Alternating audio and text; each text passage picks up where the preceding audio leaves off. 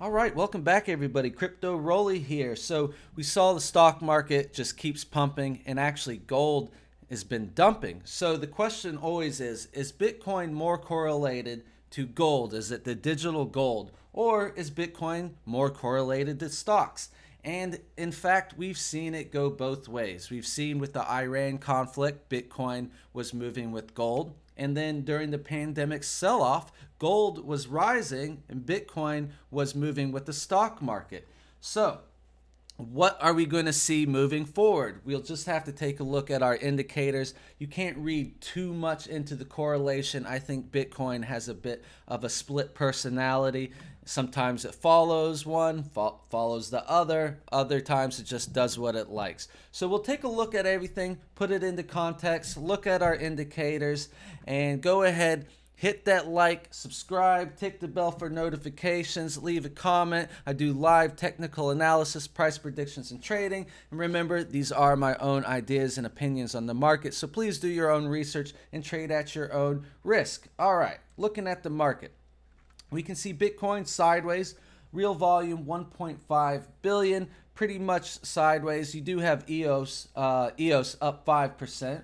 Nice little gain there. But we are going into the weekend. We will see the volume taper off, which usually means boring sideways action or stop hunts. Or if you do get a large move, it usually goes back opposite on Sunday or Monday when the CME gap opens. All right, so crypto fear and greed index still in that neutral range. It's just a neutral bias that I have myself, considering we're at a macro resistance that we just can't seem to beat. But at the same time, we are looking at some macro bullish indicators. So we're right in the middle, waiting for a breakout to the upside or the downside, and I'm sure the fear and greed index will follow. All right, so we'll take a quick look at this chart here that I've been showing for the past couple weeks, where we had our resistance box based on previous price history. You had 10.5 to 9400, and we can see that we've been having trouble. So 10.5 was our rejection point here as well, and we're looking to see if we can get above that level to say we're in a bull market or going on that bull run, okay? Because we have been looking at this downtrend from the 20K top for quite some time, and we've been bumping up against it, just trying to get that breakout. We can't manage. We almost did. We broke out. You can see we did have that breakout and then just rejected right back down. You know, the first time you make that attempt to resistance level like that, it's not a complete surprise to see a rejection. And the fact that we've bounced right back and we didn't see follow through to the downside shows some strength. And I'll show you the indicators that we're still above. But you can see we're also, you know, above that downtrend that have drawn from that 20K to 14K. We're consolidating above it right now. But this isn't exact trend line. You know, you can adjust this depending if you're using wicks or candle bodies. But good to see that we're maintaining this level. And we have, 9,400 was a resistance. And you can see that resistance there. We found support here. And we've been finding support above it as well. So again, guys, you know, nothing to be, too bearish about. But gold has been dropping, so that does bring us to that point. Okay, we were looking, before I moved to the gold, we were looking at, a potential symmetrical triangle type formation. If I go over to maybe my Bitstamp chart here, let's take a look at that. We were looking at this potential symmetrical triangle. We did have that breakout, dumped back into the triangle, and now we are actually consolidating above it. So we had another breakout. We've retested it and then bounced here. So we're going to have to see if we can get some continuation. We are looking at higher lows. We have the low, higher low, higher low, and we do have a higher high. So we're still putting in an uptrend. You have higher highs, higher lows. As far as this rally goes, we are still putting in that uptrend. Now, as far as the macro, we need to put in the higher high above this point here. And that's why on a macro bull trend, we need to break that 10.5 to break that lower high structure that we've been seeing from the top, okay? You can see clearly lower highs starting there and following down. Okay, so if we can break that, it will be macro bullish on the long term. And then, in the midterm, we're still in this uptrend here. Okay, the short term would be, I guess, going down to like a 4-hour chart. On the 4-hour, we still have this 9,800 level that's been difficult to beat. You can see how that was a resistance level previously, and we struggled with it here as well. So I'd like to see us get the bounce off of that trend line and get back above 9,800 and try to march higher to that 10.5. Okay, so that is, the general idea of what I'm seeing, looking at my horizontals and diagonals.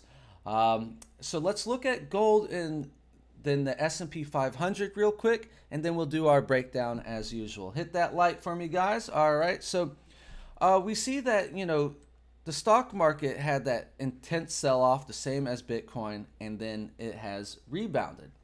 We were at the 0.786, and we blasted through that as well. We also broke past that peak. I was thinking we could possibly see a resistance level here. This was where we had that first dead cat bounce. You had the dump and a dead cat bounce. So we had a peak there that could have been resistance, and we've blasted right past that.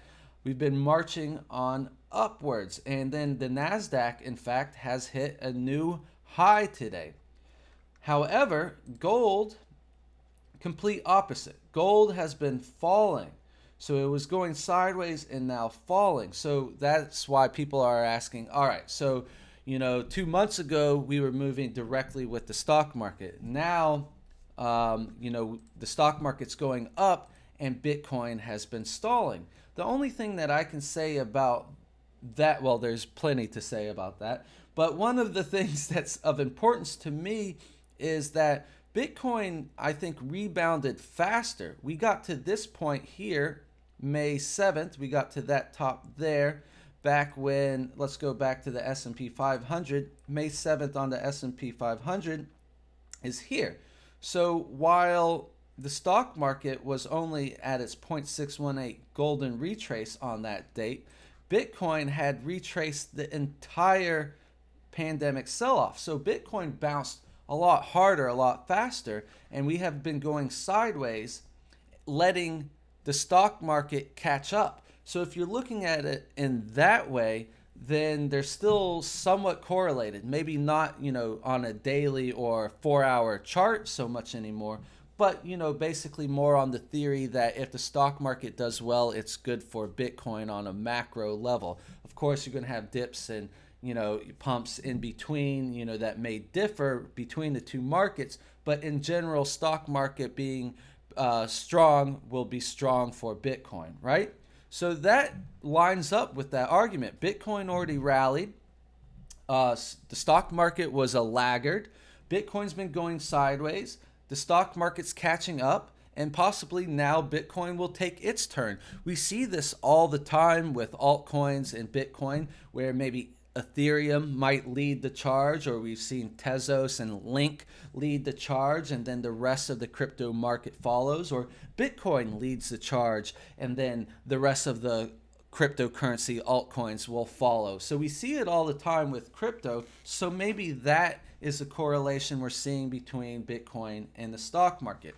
However, if we go back to the digital gold theory, we can see that gold hasn't been performing well.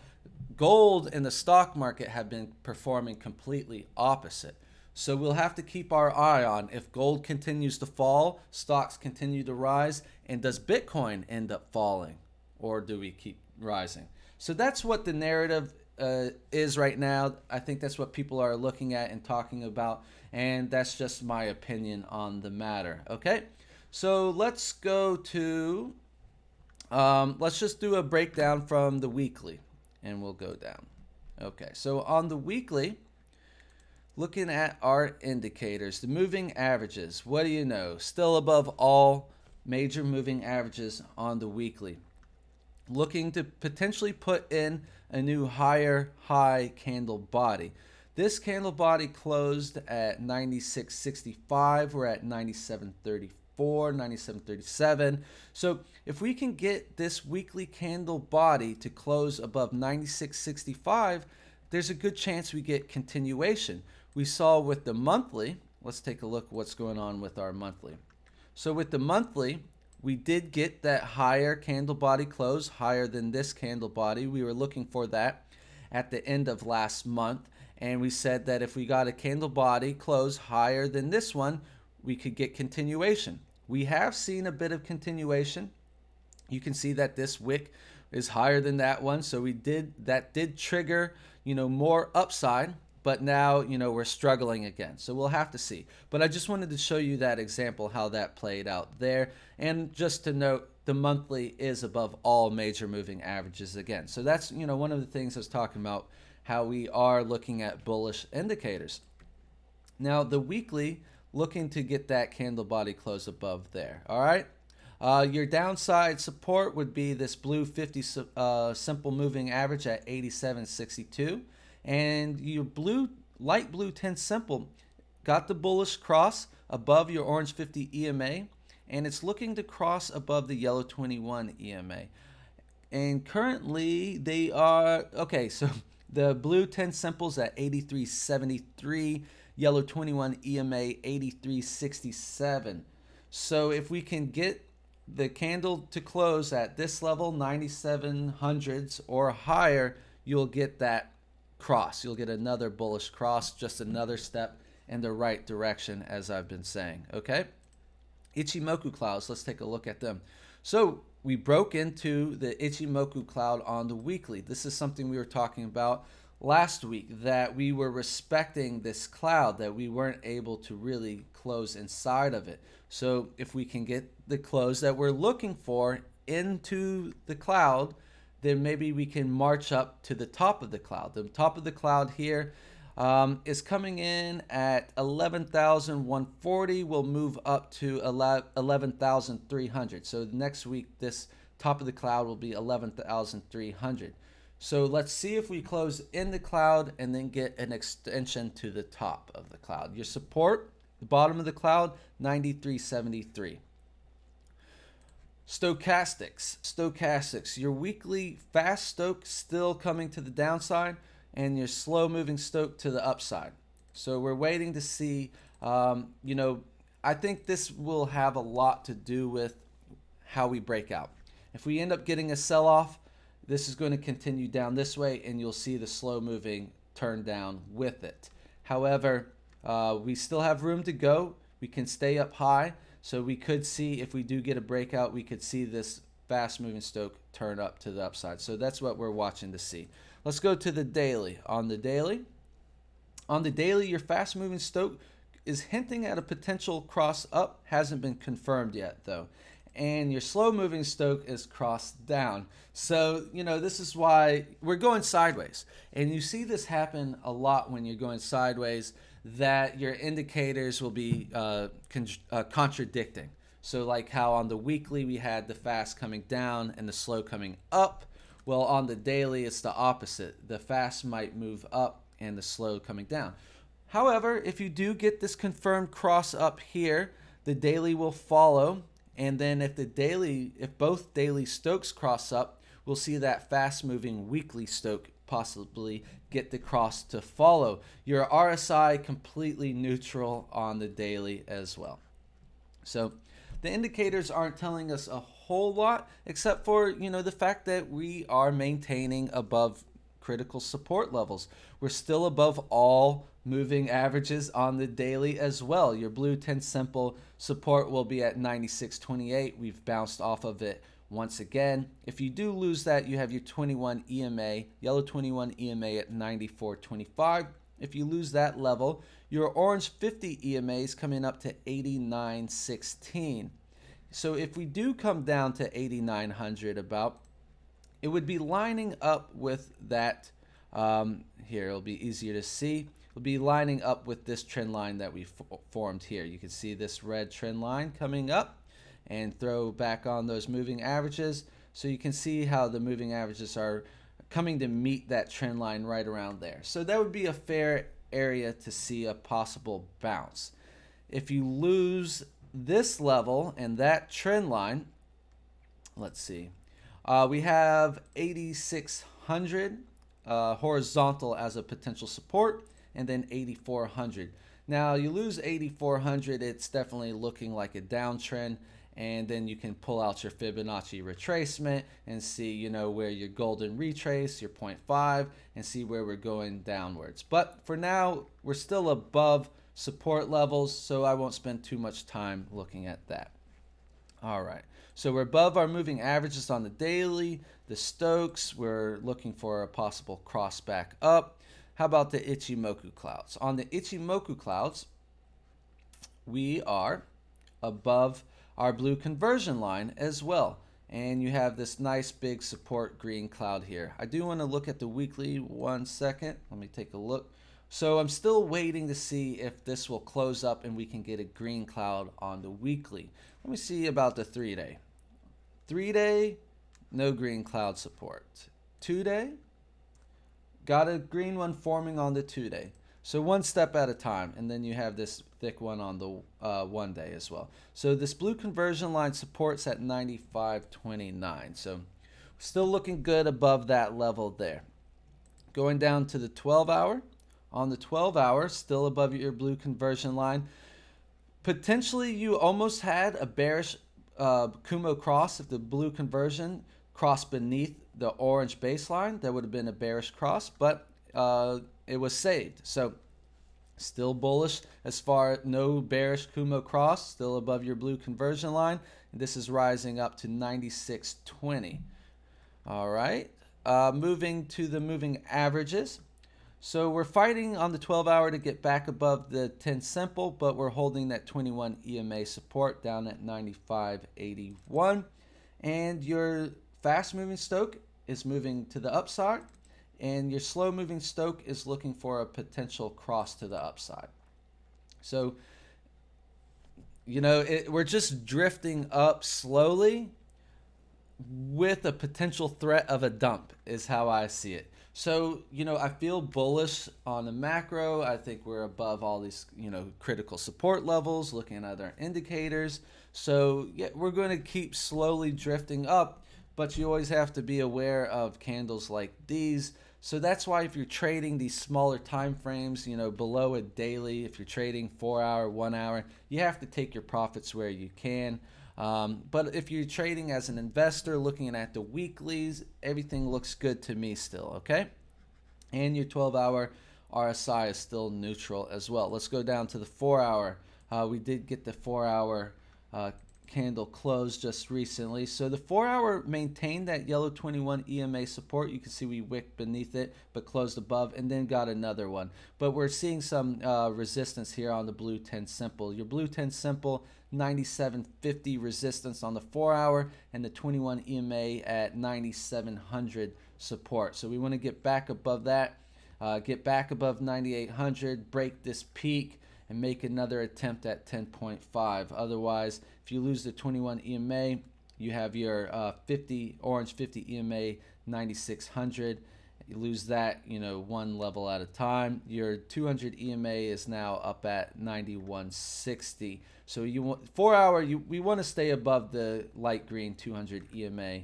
In general, like in a bull market, it would be best to be above that level, you know, because it was a big deal when we were beneath it, and we were able to break above it and then find support above it. That was a big deal. So we don't want to lose it, okay? And that's down at 9160. Our stochastics on the 4-hour looking to potentially cross back up. So we did maintain that 21 EMA and could potentially get a cross back up on your fast moving Stoke, and you will get that cross if we can march up this way.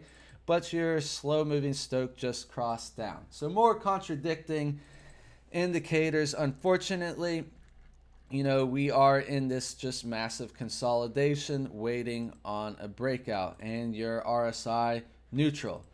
So it's tough. It's tough. You know, when you get a nice little rally here with these 4-hour candles, you can trail your stop behind each 4-hour candle. You can, you know, trail on the way up, you know, on moves like this, moves like that. You know, here was a nice move, and then we bounce off the blue 10 simple, maintaining that blue 10 simple.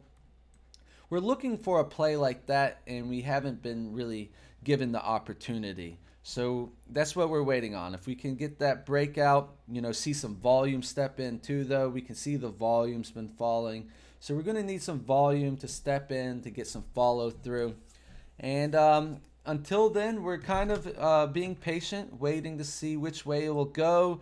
You know, does Bitcoin take its leg up next week after, you know, the stock market has rallied hard? Eventually, the stock market will have to take a pause too.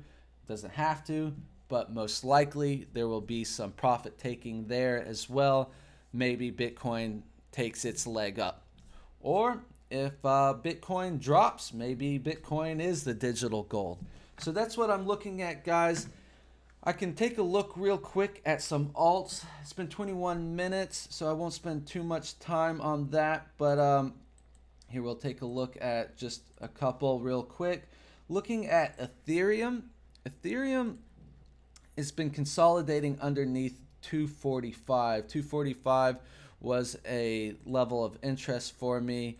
We could go back to the daily. If you look at the daily here, using that peak there, so you saw these wicks here, so that was support, flipped resistance, and you can see clear resistance as well, consolidating. Somewhat of an ascending pattern. You can see that ascending trend you could draw if you'd like, you know, something like that with the horizontal. Besides, we did have this little breakout, but it was a fake out. But still, you know, looking at a horizontal at 245 with an ascending type pattern. So if we can get back above a daily above 245, you might see a breakout. You see a flag, kind of like a bull flag pattern, pull flag, and I would say the pull would retest 280 to 285, this previous peak here. You can even just, you know, we'll take a pull there and then drag it over here, and yeah, retest there. That looks like definitely a possibility. Otherwise, if we do get rejected, we had a previous resistance here at 215, so I'd like to see 215 flipped as support. You can see that that was support there, flipped as resistance, so we'd like to see that flipped as support. Okay, let's look at Link real quick. We can look at Link. Link was looking at resistance, had at $4.13, finally broke out above that.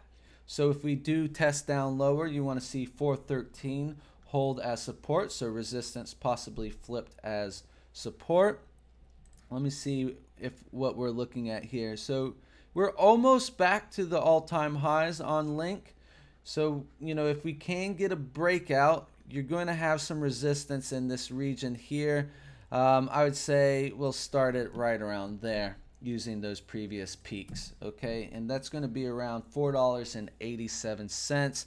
But anywhere between there and the candle bodies on that daily, anywhere between this range here, I would say $4.71 to $4.87, you're going to have a resistance zone. We might as well make those red. And then if you can break above that, it's clear skies, as they say. Price discovery. Won't that be exciting? I guess it's not technically high or all-time high because you have this peak here, but you know this is pretty much in the same region as that level. So we'll have to see. And this was just a massive wick. So we'll have if we can get a candle body high, that's what we want. Wicks, you know, can throw you off, but a candle body high above $4.71 is looking really good for Link. And then to wrap it up with Tezos, Tezos was looking at a resistance level here at $2.96. We did break above it and looking to see if we can hold it as support. Wick beneath, we'll have to see where this daily candle closes, see if that maintains and flips that 296 as a support level. And then we have we could draw one here as a resistance. That's a support, flipped resistance. This is going to be $3.18 could be your target, and then you would draw another one up here using this candle body on the daily, all the way up at $3.63. Looking at my moving averages on the daily, Tezos still above all moving averages. You have that blue 10 simple support. It just bounced off of at $2.90. So everything is looking good and moving in the right direction. You know, we have resistance levels on different coins. We break that, flip it to support, one level at a time. And I am not worried, you know, until Tezos loses this blue 10 simple and the yellow 21 EMA, you get a daily candle beneath that level there, then I would be starting to get a little more concerned. But really, you know, you're still putting in, you have a higher high, look, high, higher high. Even if you came down to this point, it would still be a low and a higher low. So still can't be alarmed there as far as like the macro trend is going. So that's going to be it for me, guys. Thanks for watching again. Thanks for coming back, and I will see you next time. Rolly roll.